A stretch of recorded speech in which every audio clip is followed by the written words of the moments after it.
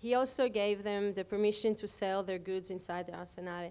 What happens was that people walking around the audience in the Biennale saw those people with the blonde hair inside the Biennale and outside in Venice walking around, and started questioning the moral questions about racism and about how society works.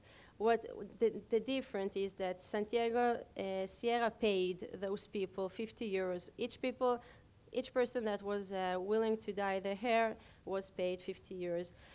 That's also a very strong and very critical statement, because what he says basically that everyone has a price, everything has a price. He's inside the art world, he gets money, he's paying somebody to create his art.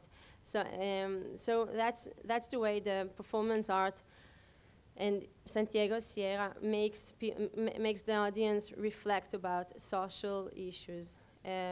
Another artist that I would like to talk about from the rational art is Rirkit Tiravania, that is a New York-based artist, but probably you all know him, he's very famous.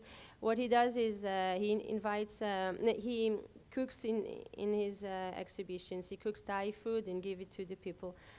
It's not about the food. The food is not the main thing about his work. The main thing is the people that are coming and eating and staying together and hanging out. What he in '96 he did this interesting work that called Tomorrow is Another Day, where he created a wooden house inside a gallery that was a house that everybody could go in and live in. You could take a shower, you could cook, you could sleep, you could watch, I don't know if there was a television, but you could do everything. And the idea was to create a community, to create a place like a microtopia, a community where people can be happy and stay all together. I'm not going to talk about things that I read about the result of this community, because very often the people that goes inside those places are not the homeless that he thought would come, but very often it's us, the artist world. So this is why I thought it was interesting talking about it, because the question that remains open is, does an artist can be conscious of the constructed nature of reality or truth?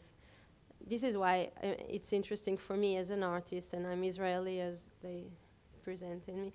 This is why it's interesting for me to reflect, to think about social art, about performance, relational, and also education, like they said before, but that's another. Okay, this is, if you have something to say.